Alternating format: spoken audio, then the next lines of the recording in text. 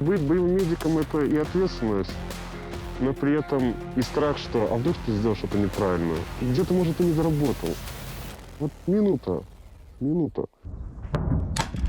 Мы же соседи, мы вроде должны помогать друг другу, а не открывать кордон и говорить, типа, да нет, не вопрос, просто проходите, заходите. Когда начали выходить видео с Бучи, с Ирпеня, где там выносят маленьких детей, я такой, ну все, едем помогать. Возвращается с разведки. У нас 4 жмуря, не наших, москали. Мне сказали, ты разговариваешь хорошо на русском, то у вас задача взять коллаборанта, языка взять, так скажем. Откуда ты стреляешь? Оттуда не видно. И ты вот видишь, ему больно, ему хочется сохранить жизнь. Он не мог. Чем ближе к фронту, тем тише душ.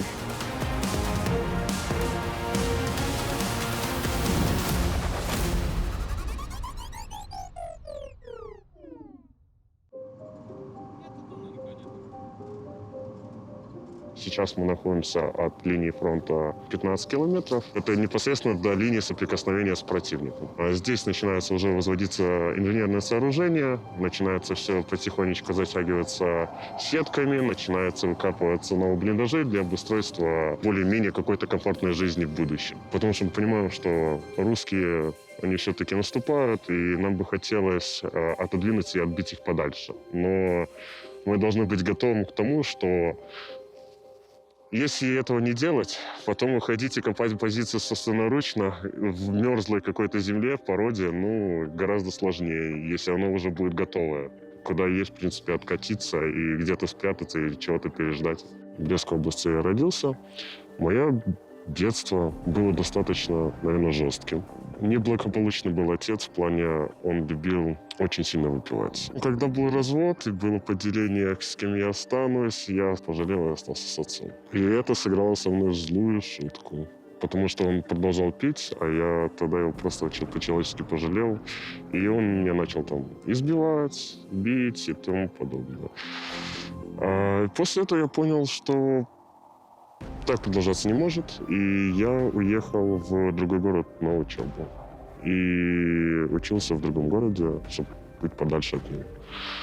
И по сей день я даже не знаю, что происходит с этим человеком. Ты в курсе, что насчет одному надо приговор давать 75-го? Но это кто? Это у нас Позывной. начал работать где-то с лет 12-13. Самая первая подработка была — это собирать бутылки, отмывать и, сдавать на стеклотар, чтобы взять себе что-то поесть. Потом, соответственно, я начал работать на всяких шабашках, вот на рабочей, там где-то на лесопилочке, где-то там еще, и начал крутиться. Дальше я пошел в армию, служил в разведке, в разведбате. После разведбата я устроился в белорусский МЧС.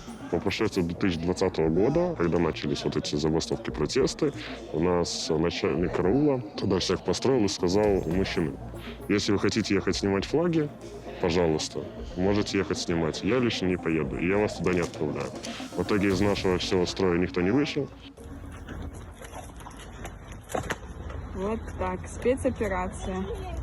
Для этого машину пригнали, вызвали МЧС. И вот снимает, такой подвиг совершает. Нас пытались отправить стоять за ОМОН. У нас было такое распоряжение, чтобы одна машина, одно отделение стояло за ОМОНом. И я так понимаю, это было в качестве того, что если там люди кинут коктейль Молотова, чтобы потушить и тому подобное. Мы все категорически отказались. А потом, это же начальник части, пока он был на обеде в городе, в Минске, он проходил мимо просто зданий. Просто висел флаг, небольшой, маленький, просто флажочек висел на балконе. Он решил выгнать автолестницу. Он ко мне так подходит и говорит: ты полезешь снимать. Я говорю: я не полезу снимать. Я говорю: почему? Я отказываю. Ты тогда будешь уволен.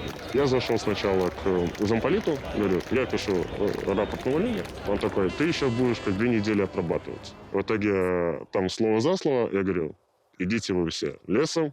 Говорю: это не МЧС. Говорю: до этого был МЧС, сейчас не МЧС, сейчас это какой-то цирк, который вы просто исполняете. И я вот в тот день уволился и уехал работать в Польшу.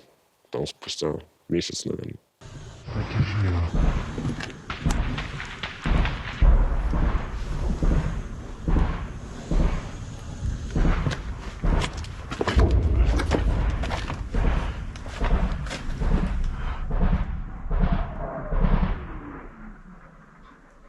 откуда ты стреляешь, Оттуда не можешь. Здесь у нас находится баня. Обычная, классная, окопная баня. Вот здесь у нас раздевалочка, душик. Все очень классно и цивильно. А дальше у нас находится все сделано, собственно, ручно. Печечка, где может любой человечек здесь попариться, помыться. В принципе, сойдет. Начал я работать, это просто на складе, потому что я не знал, где найти еще какую-то более лучшую работу. Там были украинцы, в основном. Они мне помогали, они меня натаскивали, они помогали мне немного выучить польский язык. Когда началась полномасштабка, когда я видел все вот эти лица украинских женщин, мужчин, которые просто в один момент выходят на улицу, начинают просто курить, плакать и не знаю, что им делать, понимая, что зашла часть с территории Беларуси, и это вообще категорически неправильно. То есть мы же соседи, мы вроде должны как бы помогать друг другу, а не открывать кордон и говорить типа, да нет, не вопрос, просто проходите, заходите на чужую территорию. Мне это вообще в тот момент не понравилось. И потом, когда начали выходить видео с Бучи, с Ирпеня, где там выносят маленьких детей, я такой, ну все, ладно, едем помогать. Как-то так, родная моя. Отбили. А что, зацепило? Поглянь, вроде да. Дед живой, все нормально. Возвращается с разведки. У нас 4 жмуря, не наших. Москали. Открываем. Первое, что нас встречает, це мій штатний автомат Сигзауэр 516. Классная штучка. Боевые медики ходят с ним или с чем-нибудь другим, то есть с зетками или со скарами. Це мій медрюкзак. Все, что надо, находится здесь. Здесь у нас находятся турникеты, тампонада, системы. То, что мы, в принципе, сейчас и покажем. Таблеточки. Мы работаем по натовскому стандарту. У нас есть протокол, который означает АСМ – это базовый курс, CLS – это боец рятування более продвинутый, и CMC – это уже комбат-медик. На данный момент я на уровне CMC. Недавно еще прошел курсы гемотрансфузии, переливания крови в боевых условиях. Что ты, пояс?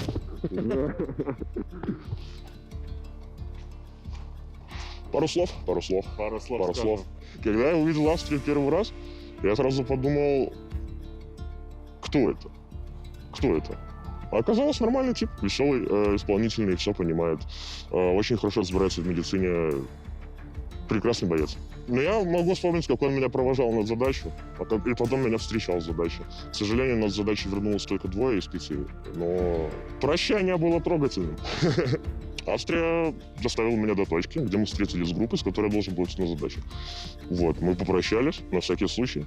Как говорят у нас в пехоте, не прощаемся и прощаемся. Вот. Я уехал на задачу, и буквально через 4 часа я вернулся. Я был 300-й, Австрия был, встречал, люблю его. Австрия. Когда я заезжал сюда в 22 году, мы заезжали колонной из белорусского дома. И когда спросили, а кто умеет водить машину? Я говорю, я умею. Вот. И нам каждой машине давали позывные по номерам. То есть там с Франции, значит француз. Там с Германии немец. И, соответственно, мне попался машина на австрийских номерах.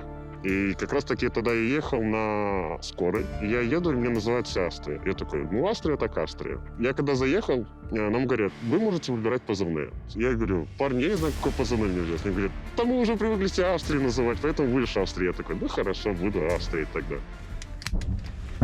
Чуть-чуть левее, да?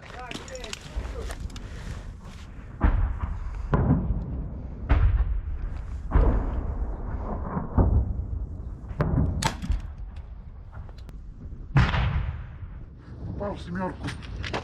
Семерку? Здание? Небо это дома, а тут что так стоит, вот так. Шесте, знаешь. Ты, наверное,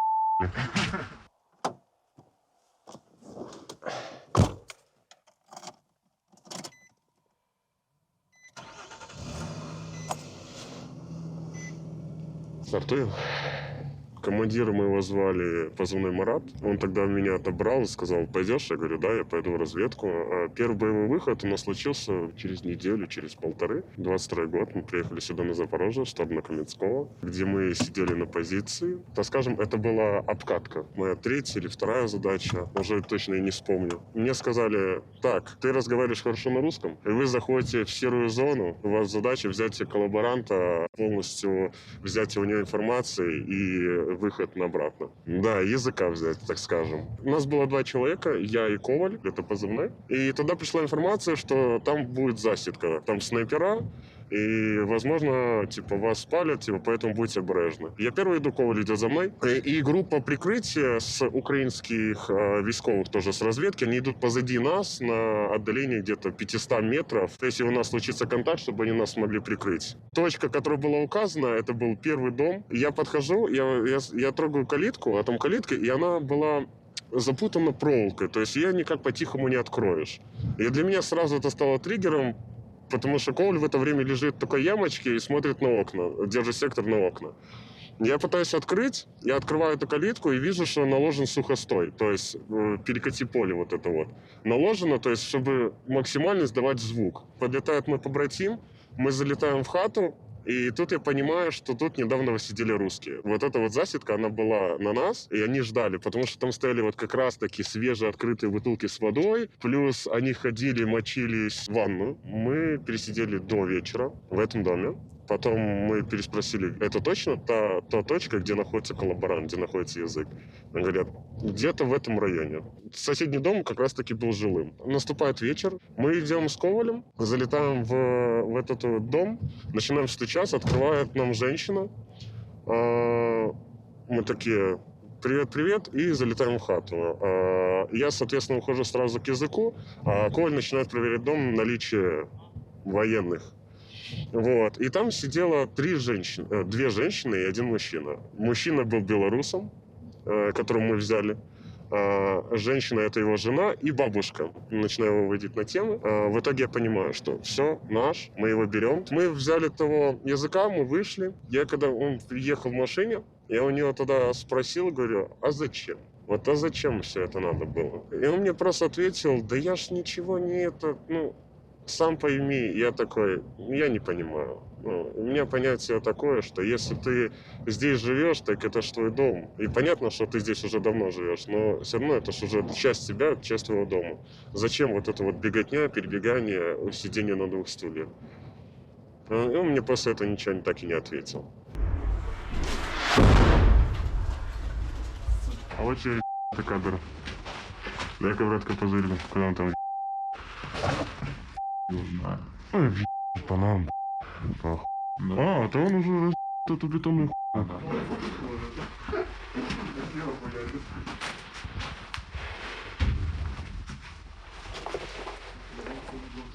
В разведке я побыл до 23-го года, до конца Бахмута, до мая 23-го года. 3 мая меня ранило. Я сидел на позиции, передовой позиции в Бахмуте. Нас начали штурмовать, прилетел волк, и, соответственно, у меня сквозное на вылет. Приходит покойный командир, Мыш, классный мужик, светлая ему память. Он, как помню, заходит, просто улыбается, говорит: ну как ты, нормально? Я говорю: да, нормально. Он говорит: мне протягивает банку энергетика, дает, такой: заслужил. Я говорю: спасибо. Это очень добрый командир, он как батя. Он был как батя, и для него мы, наверное, были как сыновья. Это тот командир, который вроде он командовал батальоном, вроде он должен сидеть эта поза, а он сидел на передовых позициях и бегал между позициями и коммуницировал со смежными подразделениями. Очень классный мужчина и очень классный человек. Тогда было предложение уйти в медицину. Я говорю: так я ж ничего еще не шарю по медицине. Мне говорят: ничего, научим, все, поедешь на курсы, обучишься. И тогда я пошел сначала водителем медвака. У меня возникла идея, что в нашем подразделении нужно для успешной эвакуации броня. И я тогда говорю, давайте я создам бронегруппу. И мне говорят, да, плюс, давай, создавай. Тогда я начал разбираться во всей этой теме, я начал делать запросы, я начал делать это все через руководство ГУРа. И в какой-то момент, из-за того, что я очень много работал, я выгорел как-то. И меня посадили на антидепрессанты, потому что у меня было такое, что я работаю гораздо больше, чем сплю, и все, я выгорел. В то время тогда у нас было договорено, что если командир не может выполнять свои обязанности, замс заступает за место него. И он заступил, и по сей день он сейчас руководит бронегруппой. И я пошел медиком, вот, где на данный момент и сейчас я осуществляю свою деятельность. Недавно, когда я просил у своих командиров, говорю, отправьте меня с американской группой, потому что это мои очень хорошие знакомые, прям Киган, Бигги, Хаммер, Принцесса. Принцессу я забирал, когда я ее ранил первый раз. Я говорю, давайте я пойду. Типа, я понимаю, что туда идет уже 2 медика. Я говорю, я хочу быть третьим. Ну, хотя бы не медиком, хотя бы просто. В итоге парни пошли. Бигги, который был прям медик, я не знаю, ему, мне кажется, руки целовать можно было. Парень столько спасал, столько делал, и он погиб. Погиб принцесса, погиб Хаммер. Мой братка, боевой медик, белорус наш, он стал 300-м. И Киган, он стал тоже тяжело 300-м. Ему перебило 2 артерии, и они вышли. И когда ты это видишь, когда ты стоишь, я хочу с ними быть. Я не хочу просто где-то сидеть, отсиживаться. Для меня это как маленькая моя семья. Как есть такая классная цитата: чем ближе к фронту, тем тише души. И на мне вот, когда вы сидите в окопе, между вами уже рамок каких-то границ нет, вы все расскажете друг другу. Вот просто все. И вы уже такие, как будто вы вот всю жизнь прожили, и терять их очень тяжело. Не хочется. И поэтому быть боевым медиком — это и ответственность, но при этом и страх, что а вдруг ты сделал что-то неправильно, а вдруг ты мог сделать лучше, а мог ты... Где-то, может, ты не доработал. Вот минута.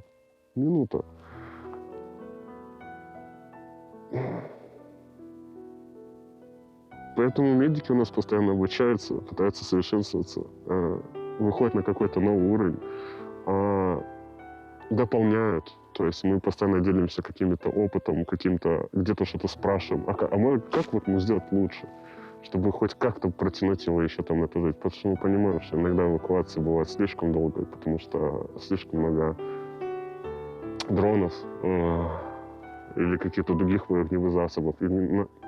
И ты вот видишь, ему больно, ему хочется сохранить жизнь. А не можешь.